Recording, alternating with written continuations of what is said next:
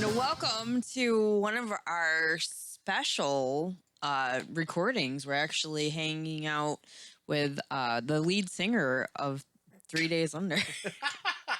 Just Nailed right it. to it. 3 Days Just Under. get right to it. Oh, well, I mean, we're just gonna talk about what were we? We go to the split screen. It's a for a minute. special, so it's completely Yes. different than our usual. It is totally different. So yeah, I just went right to it. Like I couldn't wait. I'm like, let's just do it. That's how It's a special. So we're thankful that you guys are tuning in and listening. There we Even go. though we're not doing a live tonight, we're thankful to be able to have this opportunity. That's And right. I look forward to getting into the interview, obviously. All right, well, let me get over here to Zoom, and hopefully I'm not All right. totally just wrecking Recording in progress. this. All right, recording in progress. There we go. It sounds like my life. I'm just like, wait, who said that? Where? Right. Where was that from? Do I have that soundtrack thing going on again?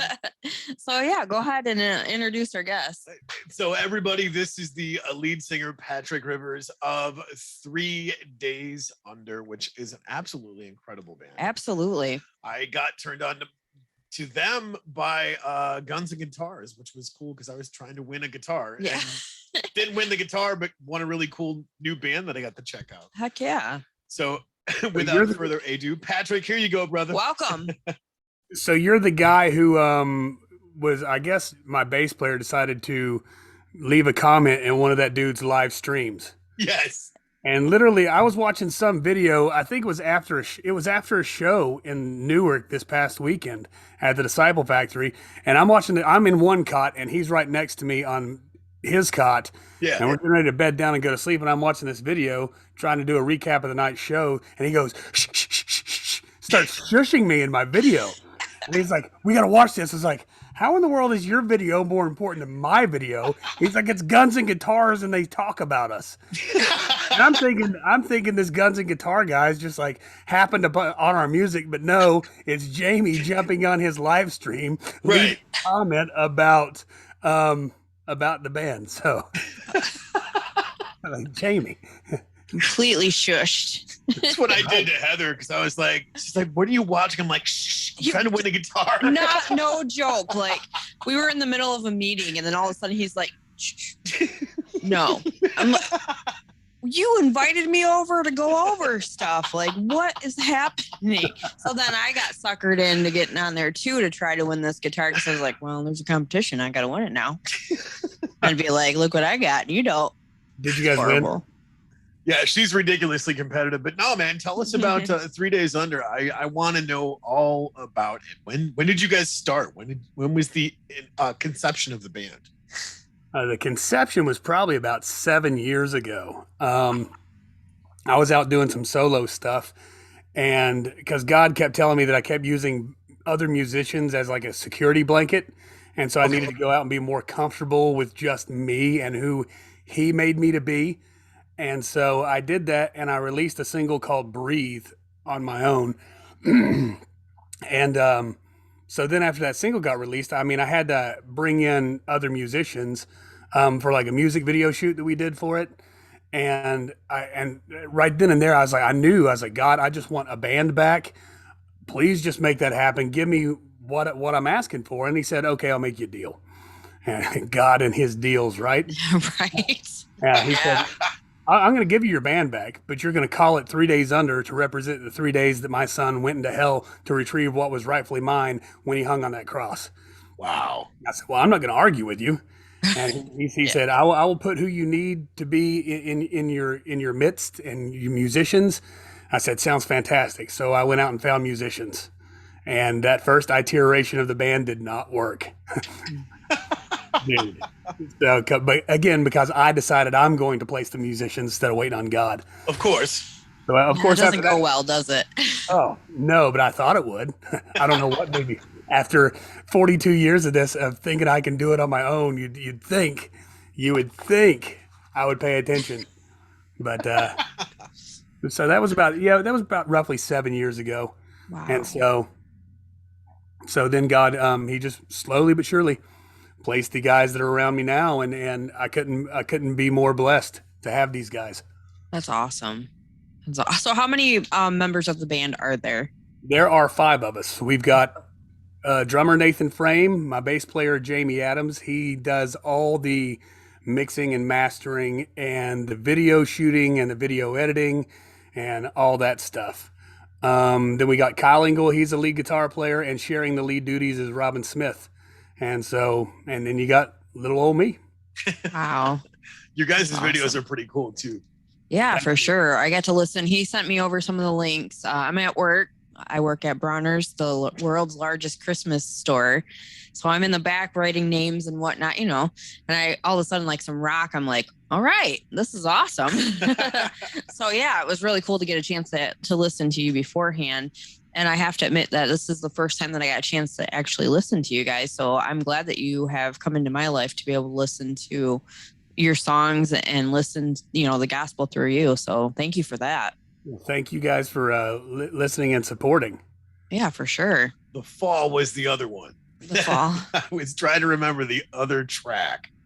That's probably one of my favorite songs we do, but doing it live, I bounce around like I'm having seizures and convulsing on stage an awful lot. So by the time we get to the very last chorus of The Fall, dude, I'm so winded. It's like I feel like just I mean, it's rough business out there. That's why we put it. I think it's the third song in our set list right now. Wow. Nice. So when are you coming to Michigan then? Because I really want to see you guys live now. When's the closest we're to it? I know we're done for the year. Are you? As far as shows go, and I wish this stupid camera would cooperate. So keep on focusing in and out doing this thing. Yes, Yeah. I feel like there we go. Maybe if I just don't move. Nope, it did it again. It does.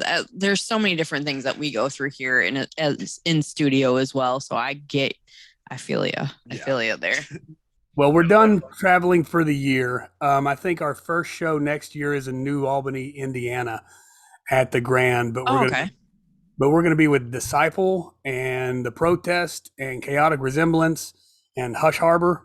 Nice. And so that's going to be one heck of a night there in New Albany, Ohio. So yeah, Disciple is an incredible live band. Like just watching them, they always bring it, man. I'll have to mark that definitely on the calendar. Definitely one of our bucket list things. And listen, that's a capped capacity crowd. So if you head over to Rock on Water or rockonwinter.com and their Facebook page, there's a link to get your tickets. Because if you're trying to get tickets in January, February, they're not going to be available. Yeah, it's not going to be available. So there's that little plug for our first show of the new year. Heck yeah, man. Yeah, really. That's awesome. And really cool. now you guys are going to be sharing that on your Facebook page so we can go through and shoot the link out to our socials so everybody can get on that too, right? Oh yeah, it's already plastered all over the stuff and things. Awesome. Well, we'll get that shared on our pages so that way everybody can check you out. Because, man, when I stumbled upon you guys, I was like, holy cow, when are these guys coming to Michigan? Yeah, for sure. Dude, we would love to come up to Michigan. It's finding the venues where we're in our hometown. We are not really welcome because of course we sound like we sound. And so we live in a Bible Belt to where if you're not in khakis and a button down, then you can't have found Jesus if you're long hair and tattoos all over the place. So I hear you, brother. Branching out from this suffocating little pocket, and granted, I love my hometown. Don't get me wrong, but it's difficult to get traction. So we've got to branch out as far as we can, and then finding good relationships with other bands, and hopefully we'll be rolling up into Michigan next year. And so that would be awesome. Well, let us know when you do that. We'll definitely promote, help get people to the shows too. That you guys probably need that because you have so many followers right now, which is incredible. So you guys are doing what you're supposed to be, like getting the word out and performing and doing all that. So that's really cool. Got a chance to look over at your Facebook, and I have a question. How's Critter doing? Critter. Yeah, dude, that man is flat out amazing. He's the pastor up the Disciple Factory, and we were actually getting our set ready for the show this past weekend up there. And Critter calls me during our rehearsal, and he's like, "Hey, man, I need your prayers." And he was so low key about it. He's like, "Man, I just really need your prayers. I fell off this ladder, and I think I broke my leg." And he was that calm and that reserved about it. And so I get a call from him the next day. He's like, "Hey, brother, I didn't just break my leg. I shattered my ankle." So they went in, they put steel plates and screws, and the guy avoided pain pills. They did his surgery last Thursday, and he opened his doors and was at the event, no pain medication, with his little knee on his little scooter bike thing, rolling around through his little disciple factory Wow. 100%. So Critter is he's an amazing man. He is an amazing man. Yeah, I saw that on Facebook. I was like, I'm not sure how he ties in with all of you guys, but I really want to know the story here because put some prayers up and all that stuff. But yeah, that's pretty incredible to not be on pain meds and only a week, not even a week out. So what you're saying is he's 10 feet tall and bulletproof, and he's your security guy, right? Actually, he's probably about 5'7" and $150, but I wouldn't cross him. So you just recently played then in New York. How was that? In Newark, Ohio, that was Newark. fantastic. And then we played the First Heavy Metal Church in Dayton the very next day.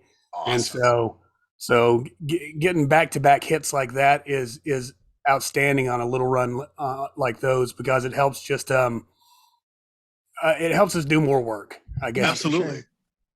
That's awesome. Going to places like the Disciple Factory, that church doesn't make money. They don't get offerings because they take in the downtrodden, the addicted, the people who are really just trying to claw their way back into life.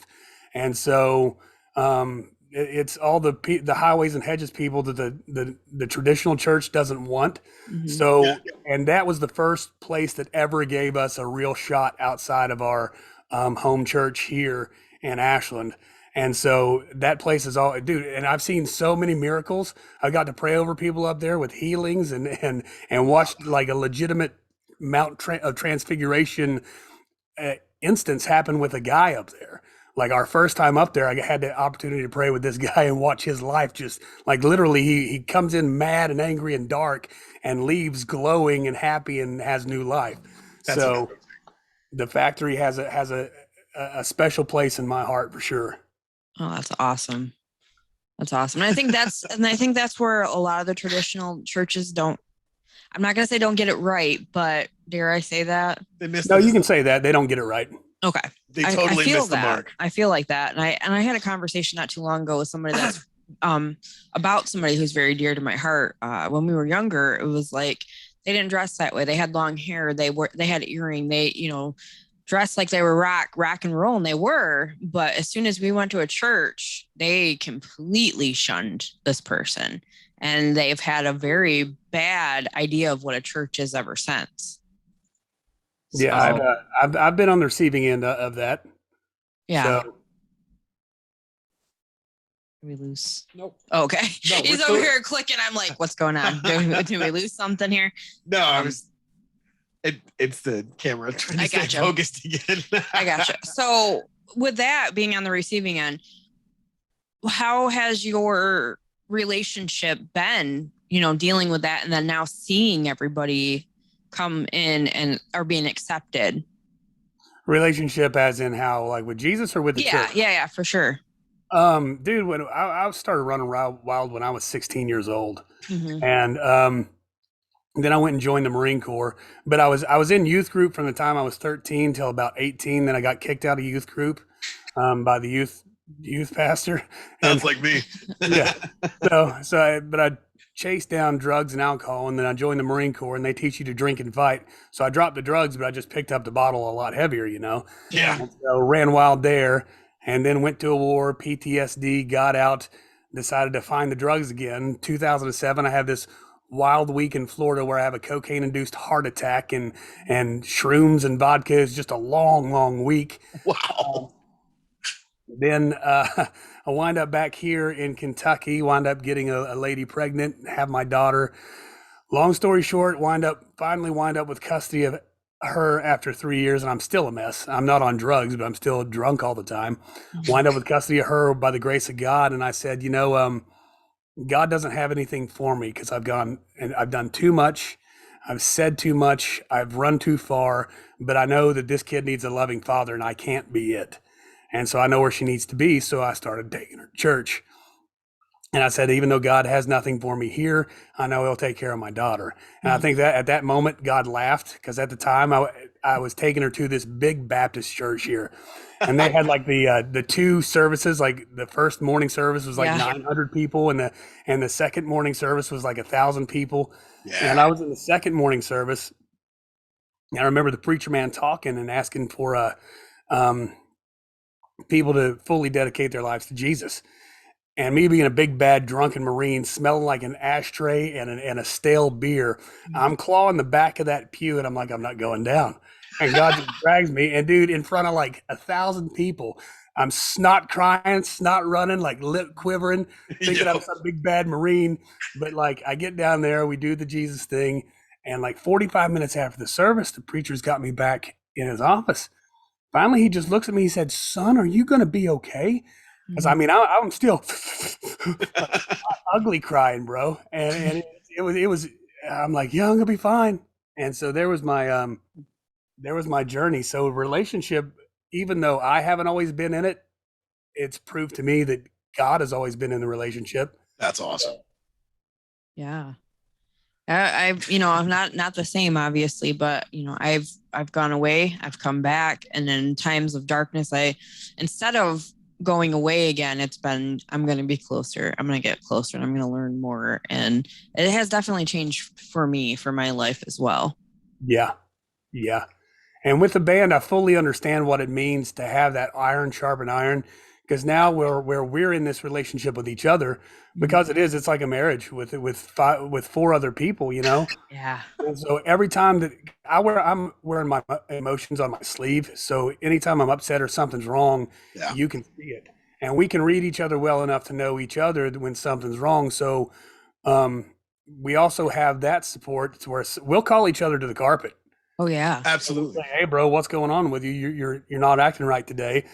Spill it. And so, Right. so that helps when in the dark times as well. Yeah, for sure. We've kind of got that kind of thing too. It's like, okay, something's not right here. What's going on? And you're right. It is. It's like being in marriage. It is, you are married to what you're doing, but you're doing what you love as well. So it makes it a little bit different, especially when you have people that you can, call the carpet and be honest with and, work through things. It doesn't make it always easy. And I'm horrible with confrontation, horrible with it. But That's why I do it all. But there's that. So with the band and everything and being family, how is the process for you guys with writing? Who does the writing? How does that all come together, and how do you guys agree on that? Well, the first 8 songs that we recorded and released, I was the catalyst. I wrote all of that. But then I brought bone structure of these songs to the guys, and they went and put the meat on the bones, their flavor in it, as you could say. But during that, to prove to them that I loved them and appreciated them there, because in the recording and releasing process, it asked who's responsible for what and who gets paid for what. Right. But I ensured that it was an equal across the board. Right. Right. Because like I'm saying, it's just the first 8 that I've got this for. But they put just as much hard work into it, getting them played and playing them out and learning them and getting them recorded as I did writing them. So they're equal in that. But I recorded all that with bronchitis and pneumonia, all the vocal tracks on that. Good So- Lord. Wow. But now, like Jamie, my bass player, he's got like 15 years worth of music that he's just sat around and recorded. So we can just really just sit around and pick a track that doesn't have anything really going on with it and say, let's write something to that. Or I'll look at one of my guitar players and say, give me a riff that we can write a new song to. Mhm. And they plop it out there. And so, I mean, we just go. Amazing. That's amazing. So yeah, that's usually one of my favorite questions, and also some of the I guess inspirations for you as well as maybe some of the band or for some of the music that you guys do. This is going to sound really, really stupid. I don't listen to music Okay. because I don't want to be influenced by music. Right. Because I don't want to be, well, they sound like such and such, which you're always going to be. Right. you're always going to be compared to somebody. You're always going to sound like somebody. But I just don't want my next song to be influenced by somebody who I just heard on the radio. Yeah. Because if I think for a second that the song that I'm writing sounds like something that I've heard before, I'll kill it dead in the water, no matter how good it is. Wow. Right. Yeah. So, but as far as musical influences from the past go, dude, I'm everywhere from country to punk to grunge rock, and '90s alternative. But then Kyle, our youngest member, he's a '70s child at heart. He's 24, 25, and just nothing but '70s music. Yeah. And we got some new age guys. I think Robin's more of like a modern rock guy, but they're savants, man. These guys have ears and the talent to just do whatever. And like Nathan, he's a big Tool fan. I think this guy, if Tool's playing, then he's showing up at the concert just because. And it's just like, Nathan, you've seen him like 77 times already. Yeah, I know. I'm gonna go the exact same show you saw a month ago. Yeah. I know. I'm going. And so, Still going. yeah. Feel that love. Then you got like Jamie and his Queensryche, and also Kyle with his Kiss. It's such a hodgepodge Right. of music and influences that just make it what it is. Yeah. And so I think that's incredible, though, to be able to go from a whole bunch of different influences and to bring something that's different and unique in your own. well, thank you. Thank you. And I agree with you, though, with the writing thing, with the writing process. You don't want to sound, some people are like, yeah, I kind of sound like that, and that's just how it is. But for me, with writing is in like stories and whatnot, when I get down to that process, I try not to read anything. Right.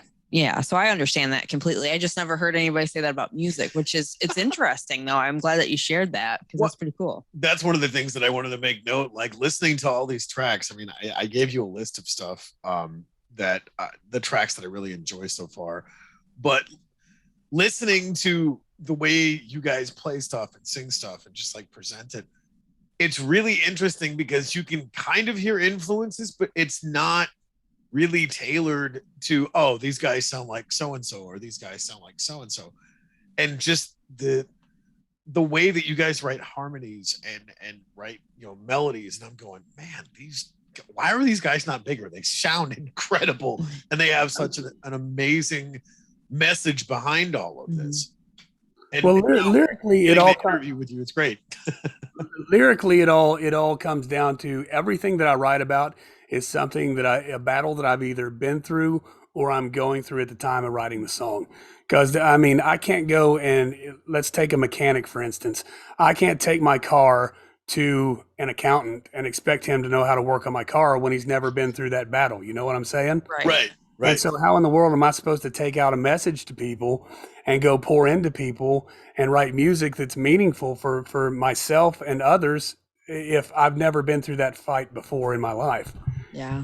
I used to work in recovery, and I would always see these guys, and I'm sorry about this camera, guys, but I would always see these guys come in with diplomas who never had did a drug a day in their life, telling these guys and girls how to get clean and stay sober, when they've never fought the demon themselves. And so it's just like, why would anybody listen to you because you have a degree?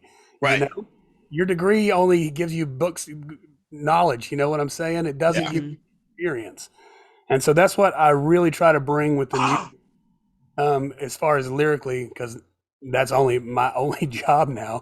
The guys make the amazing music, and again, they're savants, and that's where all the melodies and the amazing music comes from. Because these guys are flat out good. Yeah. But lyrically, I better be on my game if I'm going to be lockstep with these guys and their musical abilities. Well, that was one of the things that I really wanted to say thank you for covering. God's Gonna Cut You Down, because man, it's such a great cover. That's one of your favorites too, isn't it? Yeah. In general. We're not going to do that song, man. Nathan's uncle Bruce, he said, listen, guys, just do me a favor.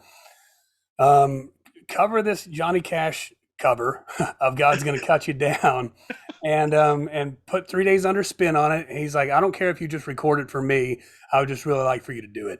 Yeah. And so we got messing around with it. We started looking online for like a metal version of God's Gonna Cut You Down. And even Marilyn Manson covered God's Gonna Cut You Down. Yeah. I'm like, but he did it like the way it's always been done. Right. And so, but then we started thinking lyrically, like, okay, is this the message we want to send to these people who are hurting? God's really going to cut you down, guy. He's a vengeful God. But we got to messing with it. And honestly, when it comes right down to brass tacks, eventually, if you keep kicking against the goads with God, you're going to get cut down. I don't think it's necessarily God that's doing it, but Yeah. it is your own choices that wind up getting you cut down. And God's going to let you run so long before he does. But we started messing with it, and I started trying. I looked at Jamie. I'm like, how am I going to sing it? And he's like, try this. And he kind of gave me that whole melody thing there. Yeah. And that was it. That was it. So, Wow. I cranked that on. I think it was what, yesterday, 2 days ago. Whenever the whole guitar contest was going on, and I'm like, no way, they do a cover of God's Gonna Cut You Down. So I'm jamming this. I'm going, man, I am so excited for this interview. and you see, right in the beginning of that song, and that little like country, like 2-step guitar thing going on. Yeah. That is Kyle. His grandfather used to be a picker in just these old time bars and these little dives where he would pick country, and he took Kyle along with him when he was little, and Really? Kyle would pick country music. And so Kyle developed that little riff one day because he was trying to learn something else years ago. And so when we decided to cover this, he's like, hey, wouldn't it be cool if I put this in here? I said, sure thing, Kyle. Let's get it.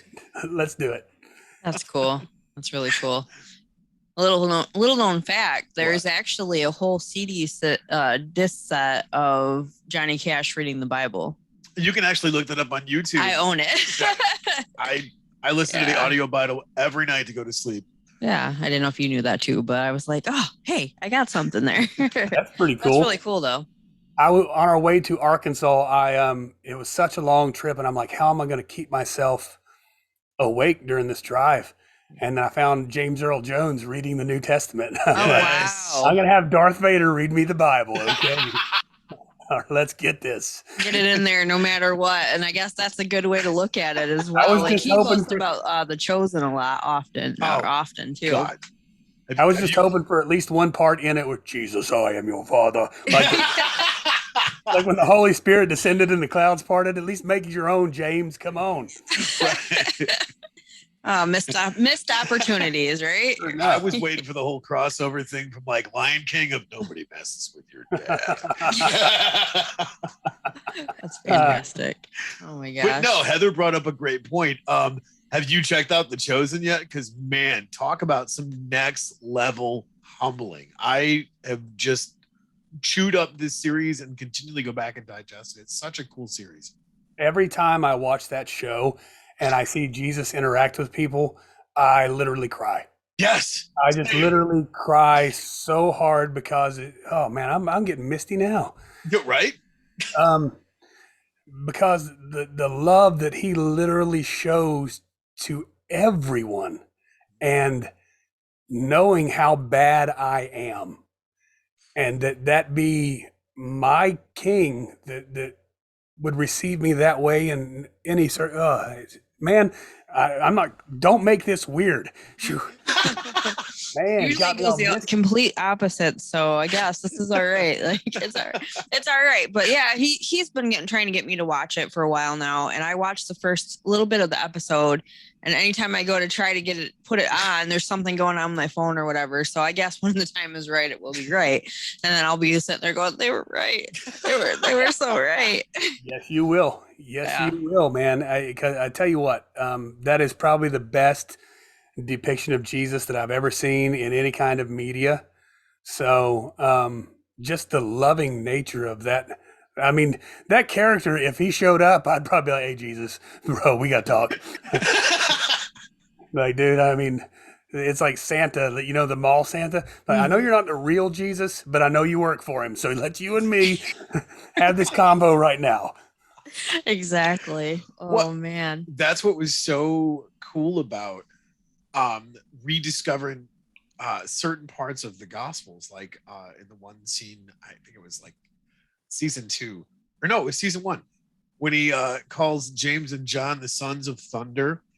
And I dove back into the New Testament. I'm like, I know I read that. I remember reading that, and stumbled on into I think it was Mark, and I found that passage of scripture, and like a goofball, I'm running around the house going, I found it. It's right there. Yeah, you even were doing that when I came over. I'm like, Right. what are you even talking about right now? He's like, I'm like, okay, all right.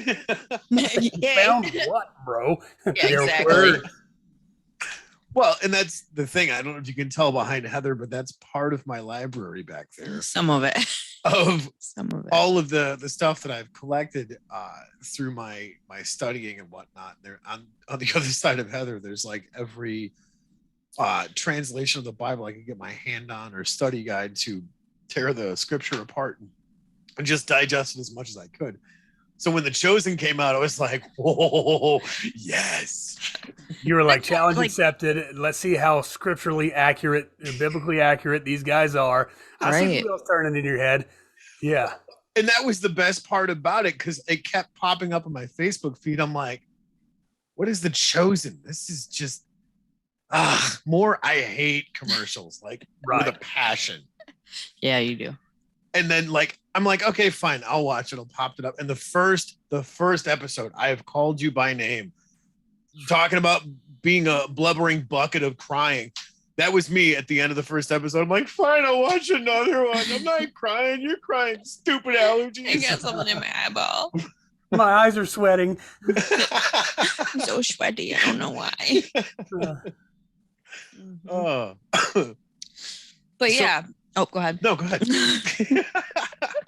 Thank you for going on, with that rant with us. Well- But yeah. It's such a good series. And that's the thing is we've had tons of conversations on the show, Mhm. and we're always recommending stuff for each other to see. And I'm like, have you seen this? And she's like, no, ew, gross. It doesn't sound good. And I'm like, just True. go watch it. Not Mine- The Chosen though. I didn't say that. I Right. was like, I will watch. Like we watched a little bit of it. I'm like, no gross. I'm not watching that. that's disgusting. No, thank you. No. What? And this also circles back around to when she was like, have you seen Stranger Things? I'm like, what kind of weird stuff are you trying to recommend to me? But did you not watch the whole thing? I binge watched the whole thing. Yeah, because it's the upside down and you have to be there. Right. Exactly. So with that being said, with you guys and doing the, rock, Christian rock and all that, do you have people that are like, well, aren't you supposed to be this certain way and not doing this? God. Dude, last year at Halloween time, we shot this big, movie style intro because we do these live streams on our Facebook page called The Train Wreck. Nice. And so last Halloween we shot, and each one of us picked a monster, like an old horror movie monster that we were going to play in the thing. And then we showed up for the Facebook Live Train Wreck dressed in character. And so when we started putting it out there, people who would 2 days before that were sending us messages talking about how much they loved our music. All of a sudden, you're Christians and you're messing around with the occult and you're going to burn in hell. And it's just like, dude, shut up. You haven't even seen because what we wound up doing with it, we took, I think it was Frankenstein, the Invisible Man, Phantom of the Opera. Sorry. There's Dracula. Find him The first wolf. day on the job. Yeah, so we took those 5 monsters and we gave them we plugged them into the church, like the Wolfman. Everybody's got a monster in them that they normally you don't see that Sunday and Wednesdays at church. You see the church going guy, the Invisible Man, the guy who shows up to church but never plugs in, never helps out, never goes out to the community. The Phantom of the Opera hiding his ugliness instead of giving it to Jesus. We dug in deep and backed it with scripture. And so, yeah, there's plenty of those people. Well, you're supposed to be representing your Jesus. Don't tell me how to represent my Jesus, because I tell you what, how I represent my Jesus to this guy over here, just because it doesn't resonate with you, it might very well just save him from the pit of hell. So go ahead and back on off with your bad self. That is awesome. The way man. that you put that, I have got chills over here because I think that is completely missed. They expect you to be a certain way if that, hate that stereotype of that. So I'm glad that you said that. Go Go ahead. I'm sorry.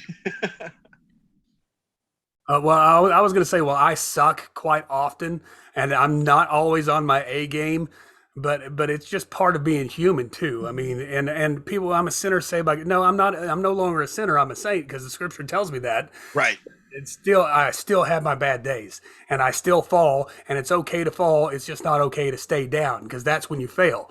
And so you guys are going to get me preaching now. So. Well, I mean, you're talking about the scripture, and I mean, that's the thing is Jesus said, I'll make you fishers of men. He didn't say anything about us cleaning them up. Right. We just got to give them what the word says, and God will do the rest. That's what it's about, man. I mean, you know what else he didn't tell us? What kind of lure to use. He didn't say what kind of lure to put on that line. He didn't say what kind of pole to start dragging them in with. Exactly. You know? So maybe I'm a fly fisherman. I'm not on that boat casting the net. Maybe I'm just one at a time in a fast moving stream. Back off me, people. Come on now. Oh gosh, that's fantastic. Awesome. For sure. I just that stereotype thing, you know, I do I do three different podcasts, and I am not the same on every single one. So for me, some people are like, how are you serious on this one, but you are complete, you know, just crazy on this other one? But I'm the same person. I let loose a little bit more because there's a time and place for, you know, the certain things. So I always find that as something kind of interesting as, okay, well, I do believe I am a believer, but it doesn't mean that I'm perfect in any kind of way. And I will never pretend like I ever am. 100%. Yeah. So that was one thing I was thinking about earlier. I was like, you know, Christian rock band, does that mean that people are just constantly like, well, you should be this way? Well, how do you know how someone should be? Right. I mean, now, granted, you will never catch me or my guys because we do take also the scripture to heart that says we are in the world, we are not of the world. Right.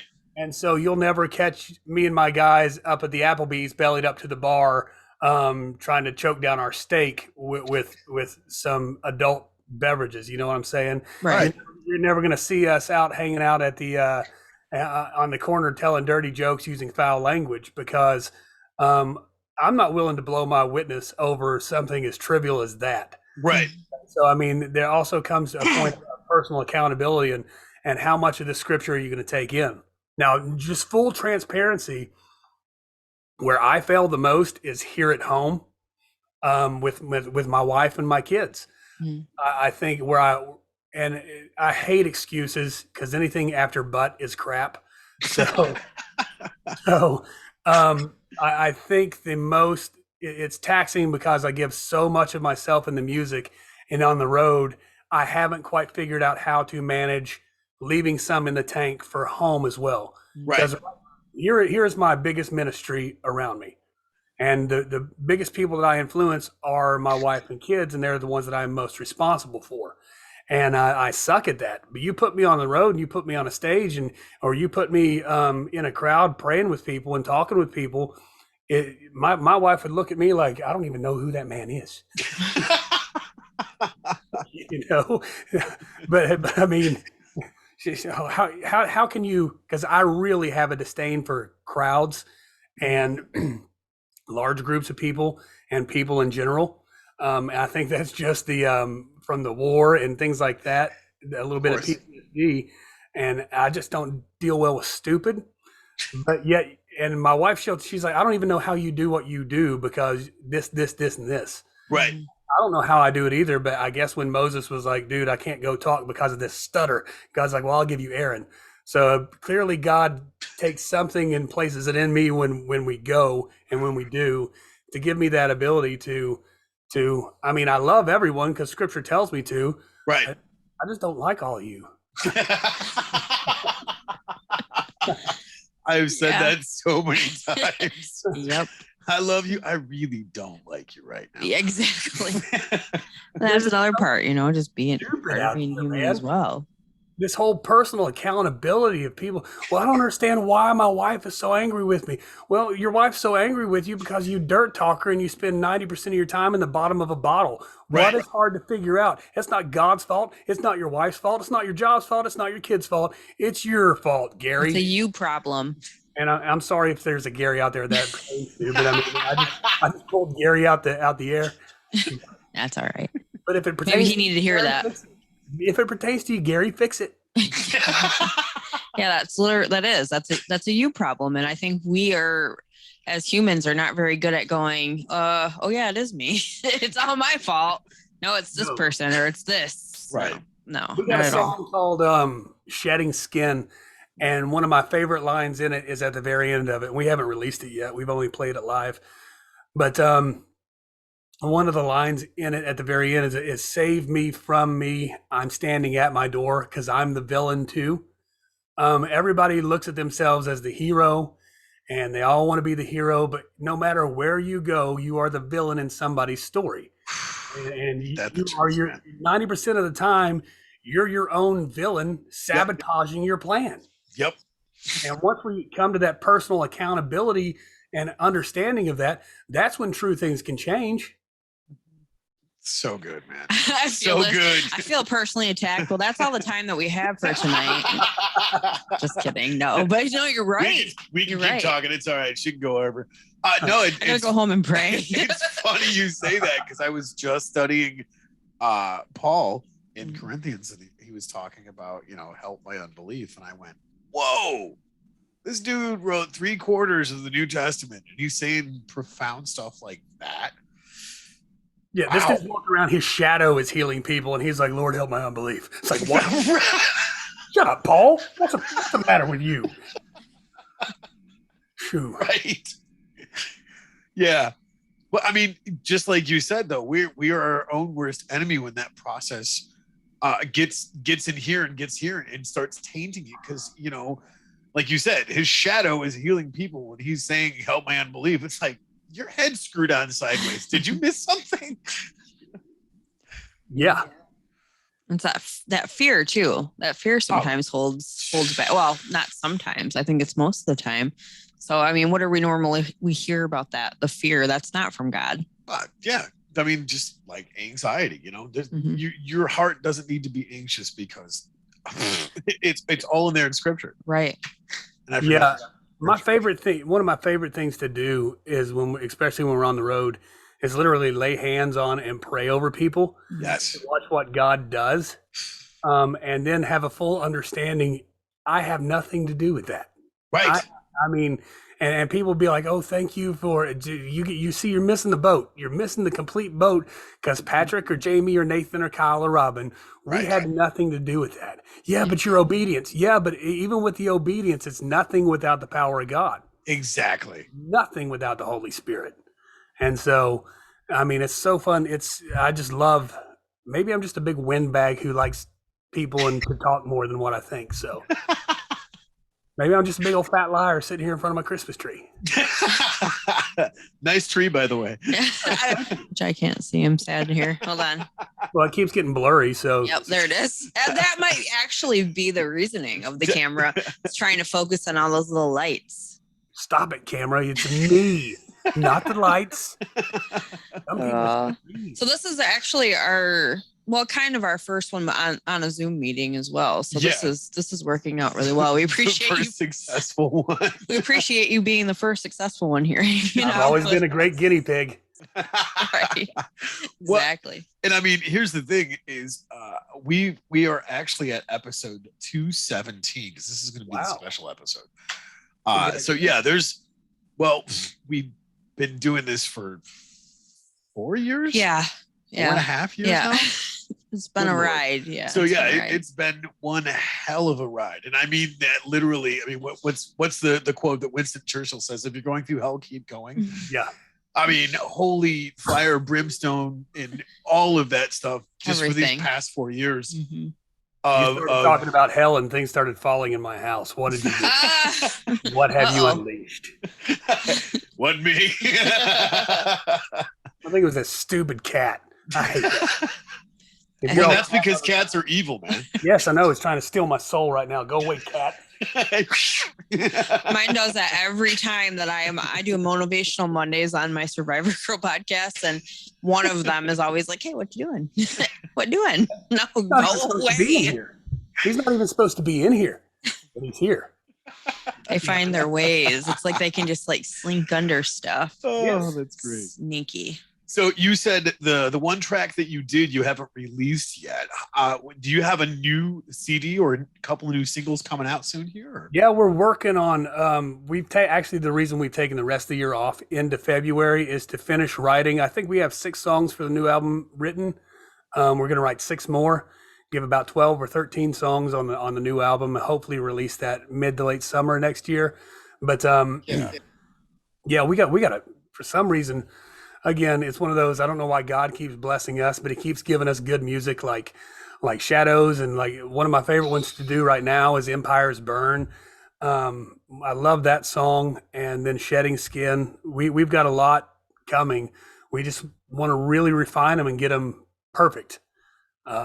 Before we really release them. So That's exciting because I mean, if the rest of the record sounds anything like Shadows, bring it. I want to hear it all, man. it's coming.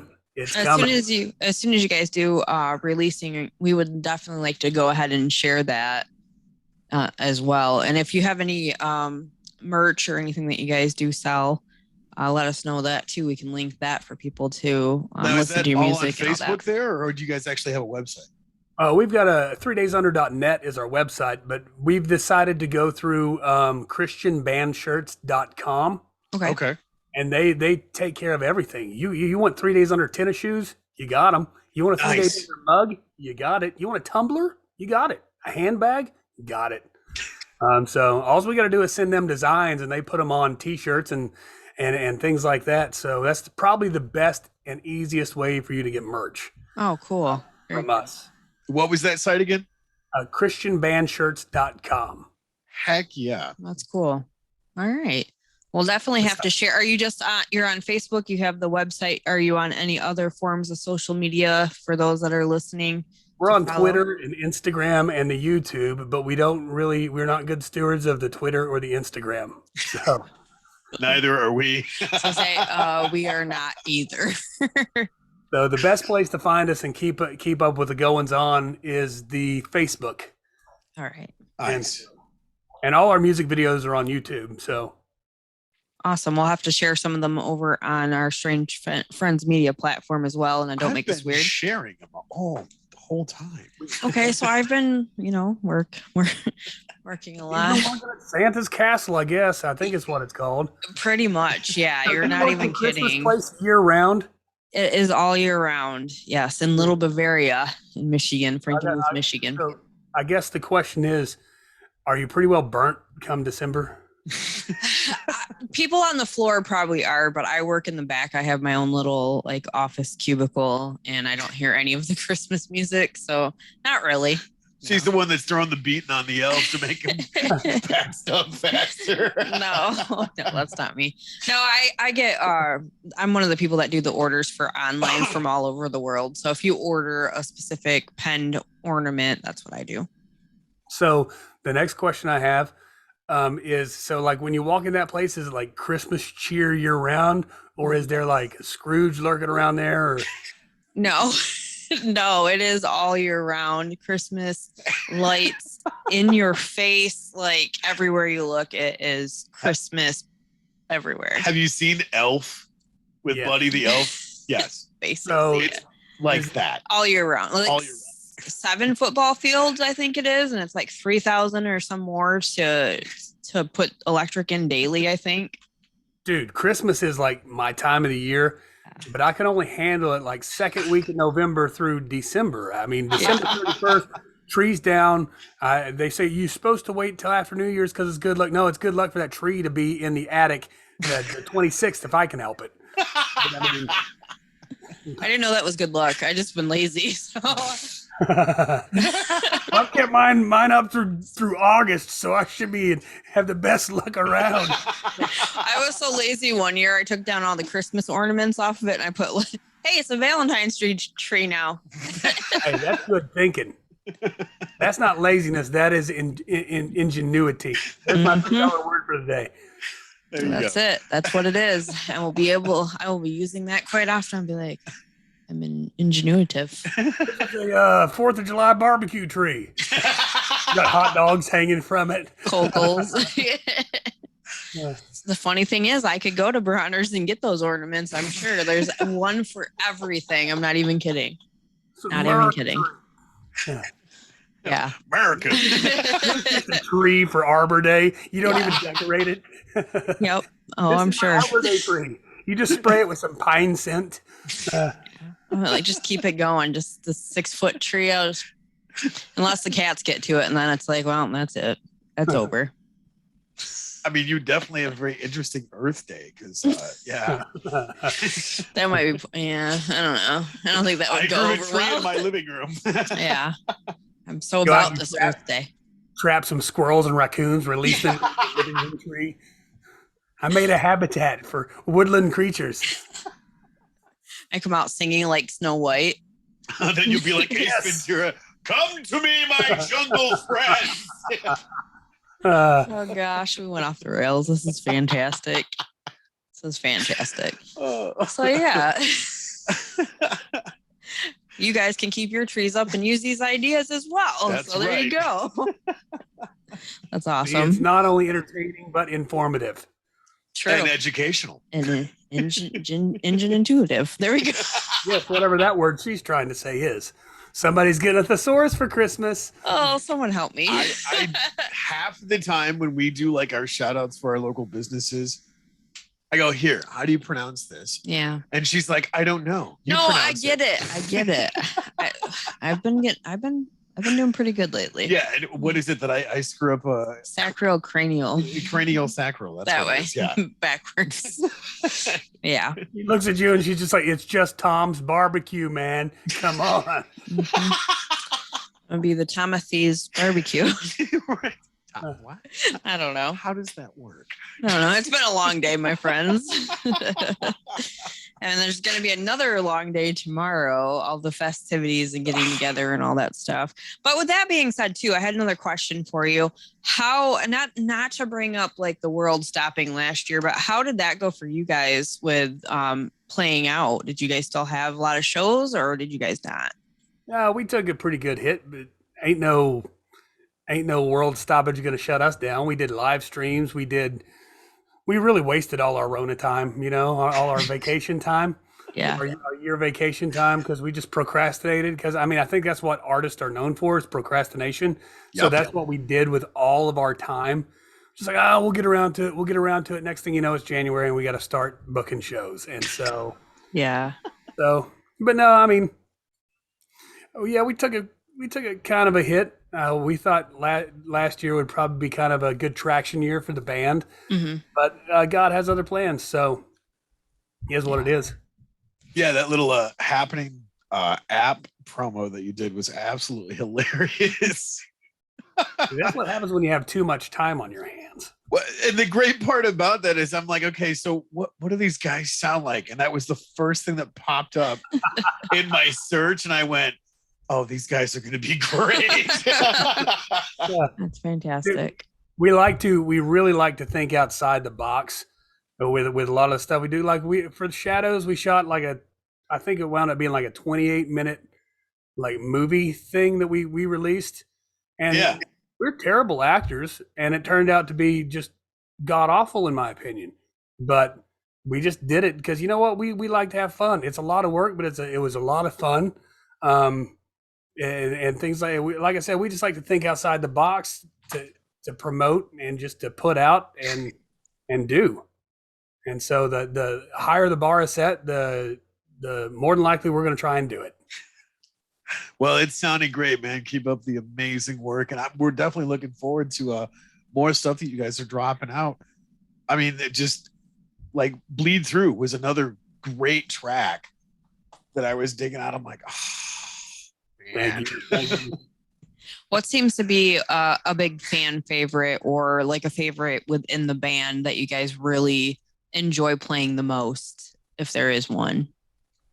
I don't know about a fan favorite because I don't think we have those fans. That is, but as far as within the band goes, um, I know Jamie really, really, really loves playing the song "Ashes," and so it's like our '80s monster ballad. But Nice. but um, we tried to. We haven't played it in a couple of years now, so we tried to relearn it for this past Sunday when we were rehearsing for the shows this weekend. It was a train wreck all in itself. I mean, I couldn't remember the words. They couldn't remember the song structure, and we wrote these things. And so, but I mean, as far as favorite goes, no, I don't think we have favorites besides Jamie wanting to play Ashes all the time. Yeah. Well, you gotta say though, like 80s, they were the best. And now it's like a whole bunch of 80s nostalgia. People knew how to play their instruments back then. That's just all there was to it. And when you get into like, and I'm not throwing shade at the grunge scene, but very few people actually played their instruments and played music with them. And you know, like look at what was it, Soundgarden and Chris Cornell, one of the most amazing songwriters and singers to ever step foot on stage. And you're going, holy cow, this guy's range. Yes. And just brought it, man. Well, unfortunately, what we as a band are finding now, and this is probably going to step on somebody's toes, but guess what? Patrick's care cup is empty. It's actually got a hole in the bottom, so it just never refills. But we are running into the issue where we go and we play these shows and we play these festivals or these venues, and you see bands showing up legitimately Milli Vanilli-ing their set. You got vocal tracks being played behind them. You got bass and guitar tracks being played behind them. More than likely, the only thing live being played is the drums. Yeah. And these are that's the competition that we're facing. And I know this isn't supposed to be competition. It's supposed to be spreading the word. I'll tell you what, God told me to go out and do and do exceedingly well and do it for His glory. Absolutely. Me going out and Milli Vanilli-ing anything just to be on a stage to show you how good my music is, that, in my opinion, that's straight garbage, dude.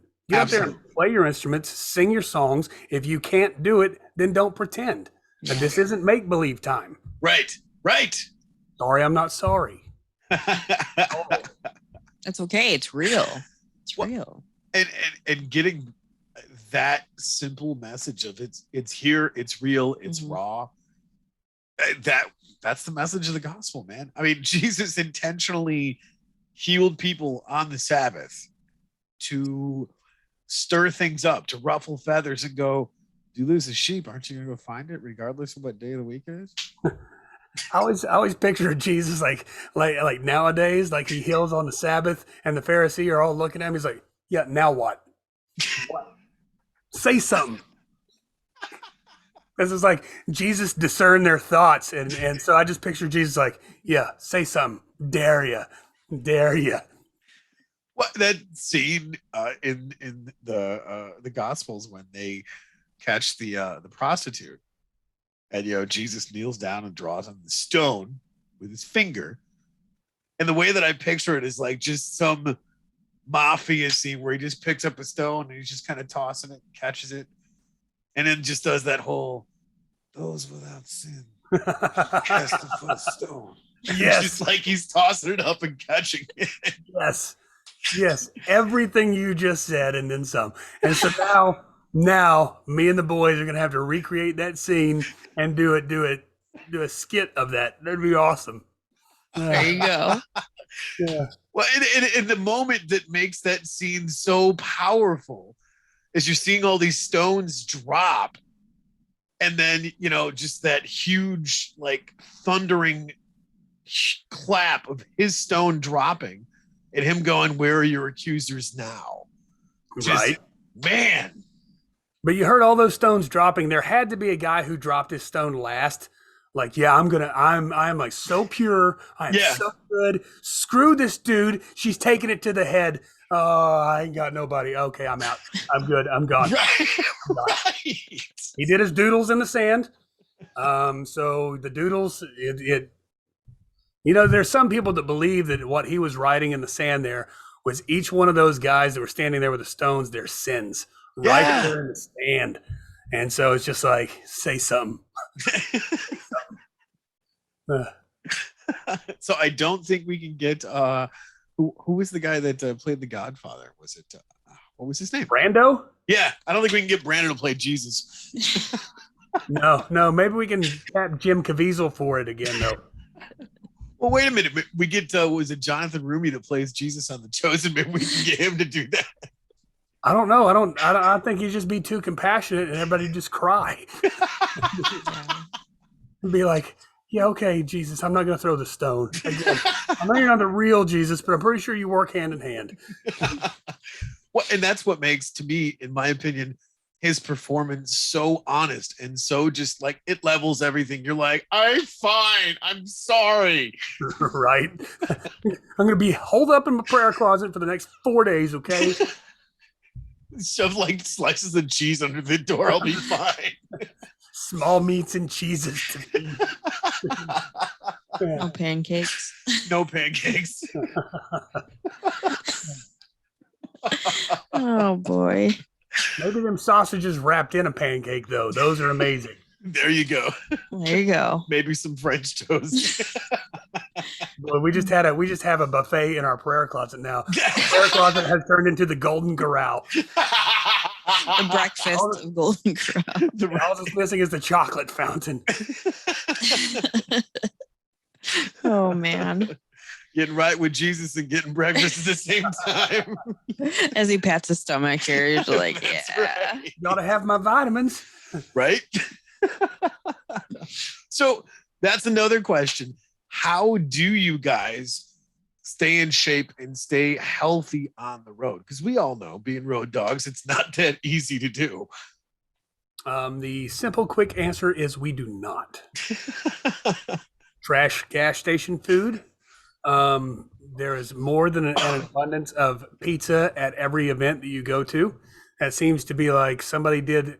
They put up a Wikipedia page. What do musicians eat? And it's just Little Caesars pizza or pizza of some form.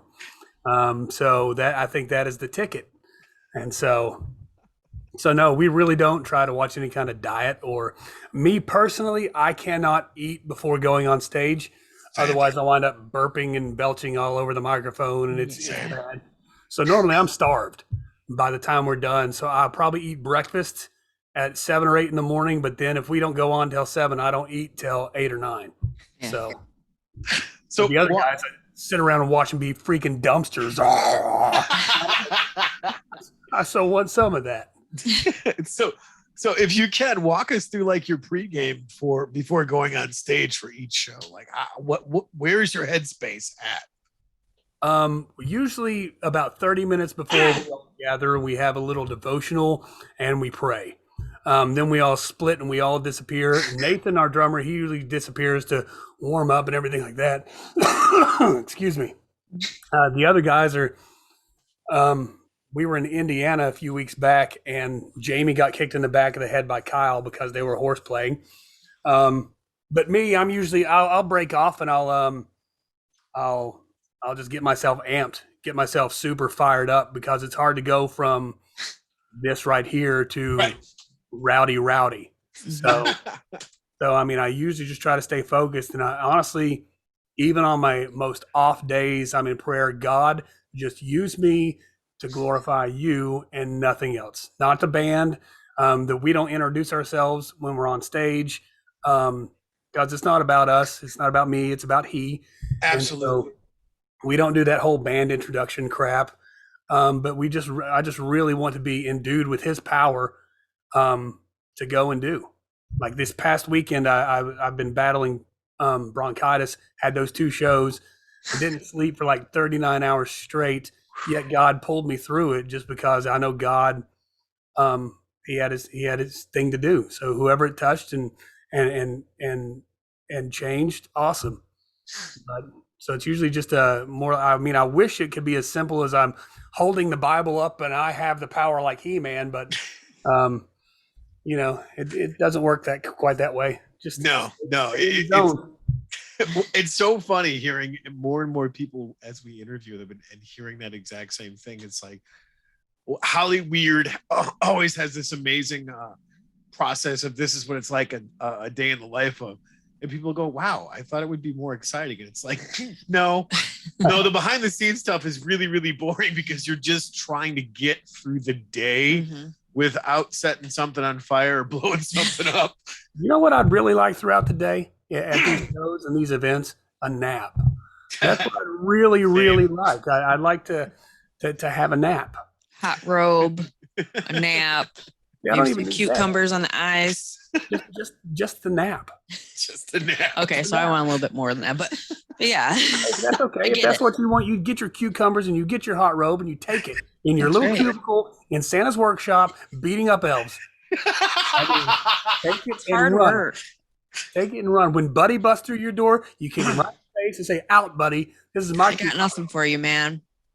You're Right. a angry little elf. Right. Call me Elf one more time." Oh, that's fantastic. Peter Dinklage was amazing in that movie. Yes, he was. Yes, he was. Oh, that's great. Well, we definitely appreciate you coming in and being on here with us. We're excited that this actually worked out where we were Yes, able to have you yes. join us. We will let you know as soon as we put this out so everybody else can go and follow, like, subscribe, and all that stuff with you guys. Absolutely. Thank you Oh, so yeah. much for having me and let me talk about me and the boys and what we do. We truly appreciate your all's support. We really do. Yeah, for sure. We're thankful. We're thankful to get to know you. So Absolutely. Well, and yeah, I think we're going to be bringing this to a close. So is there anything else you want to go through and shout out, or a new show that you're doing, or a new single you're getting ready to drop? Go ahead. Drop it right now. The only thing that I really want to put out there now is that if you're listening to this and if you're hurting and you're struggling and you're going through something that you don't think that anybody else can handle, reach out and I will be more than happy to talk with you. Any of the bandmates will be more than happy to talk with you, pray with you, walk with you, do live with you until we get you out of that pit. So that is the one thing that I would really want to drop right now, because you don't have to do this alone. It's getting the holiday season. It's getting to be depression. It's getting to be loneliness. So hit us up and we will walk through it with you, because you do not have to do it alone. That is a promise. That's So- awesome, man. Thank Yeah. you so much. yeah, for sure. Thank you so much for joining us. We appreciate you being here with us, taking the time, right before the holiday, taking the time and coming and join us. So thank you for being here with us. Thanks, guys, for having me. I do appreciate it. Well, you have an amazing night. Thank you so much. This has been Patrick Rivers from 3 Days Under. Thank you so much, man. You and your family have an amazing holiday and Thanksgiving. See You as you well. guys hopefully soon in Michigan. Yeah. We look Hopefully forward to see you. hopefully seeing you guys. Yeah, thank you, guys. Happy Thanksgiving. You too. Thank you. Absolutely. Take See you care. later, man. Bye, guys. Bye.